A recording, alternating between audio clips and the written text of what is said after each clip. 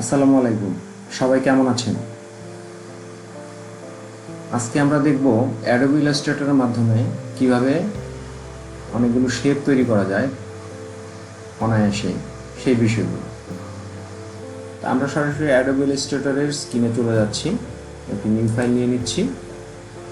1200px by 1200px আর্টবোর্ডটি আছে, এটাকে create করে নিলাম। আজকে আমরা দেখব অ্যাডোবি ইলাস্ট্রেটরের মাধ্যমে কিভাবে অনেকগুলো শেপ তৈরি করা যায় খুবই সহজে, সেই বিষয়গুলো।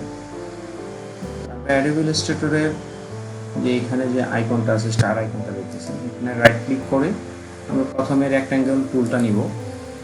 রেক্ট্যাঙ্গেল টুলটি নিয়ে আমরা র্যান্ডমলি একটা রেক্ট্যাঙ্গেল তৈরি করতে পারলাম।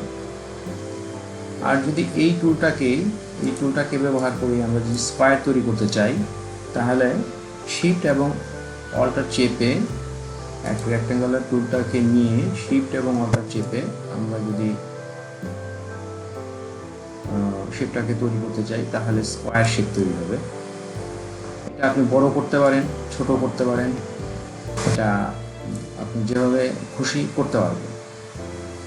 আমরা আবার যাই, এখানে রাউন্ডেড রেক্ট্যাঙ্গুলার টুল আছে, এটাকে দিয়েও আমরা র্যান্ডমলি রাউন্ডেড রেক্ট্যাঙ্গুলার টুল মাধ্যমে একটা রাউন্ডেড রেক্ট্যাঙ্গেল তৈরি করতে পারবো।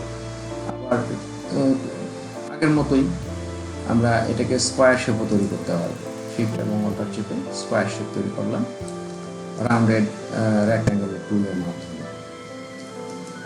আর যদি আমরা আরও কিছু শেপ তৈরি করতে চাই, এগুলোকে আমি ডিলিট করে দিলাম। এখানে আছে ইলিপস টুল। ইলিপস টুলের মাধ্যমে আমি যে কোনো ইলিপস তৈরি করতে পারবো। ওভাল শেপ দেওয়া যাবে, আপনি আপনার ইচ্ছে মতো যে কোনো শেপ তৈরি করতে পারবেন এই ইলিপস টুল দিয়ে। এরকম হতে পারে কিংবা এরকম হতে পারে, আপনি স্ক্রিনে যেরকম দেখতে পাচ্ছেন। আবার এটাকে যদি আমি চাই যে না, টোটাল একটা বৃত্ত হবে, সুষম একটি বৃত্ত হবে, তাহলে ইলিপস টুলটির মাধ্যমে নিয়ে সেই পূর্বের মতোই শিফট এবং অল্টার চেপে যদি বৃত্তটাকে তৈরি করতে চাই, তাহলে এরকম একটা বৃত্ত হবে, পূর্ণবৃত্ত। ছোট বড় আপনি আপনার ইচ্ছে মতো করে নিতে পারবেন। এই শেপগুলোকে আমি ডিলিট করে দিচ্ছি। আবার এখানে পলিগনাল টুল আছে, পলিগনাল টুল দিয়ে একটি পলিগন আমি তৈরি করতে পারবো। আপনারা দেখতে পাচ্ছেন।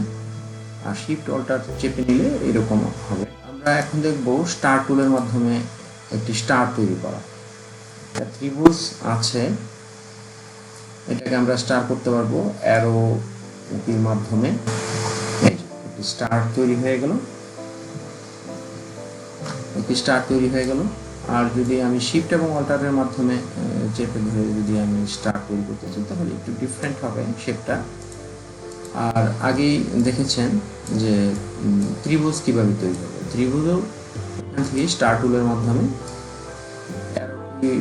ডাউনের কি প্রেস করে আমি কোণগুলো কমিয়ে দিলাম, যে কারণে একটি ত্রিভুজ তৈরি হয়ে গেল।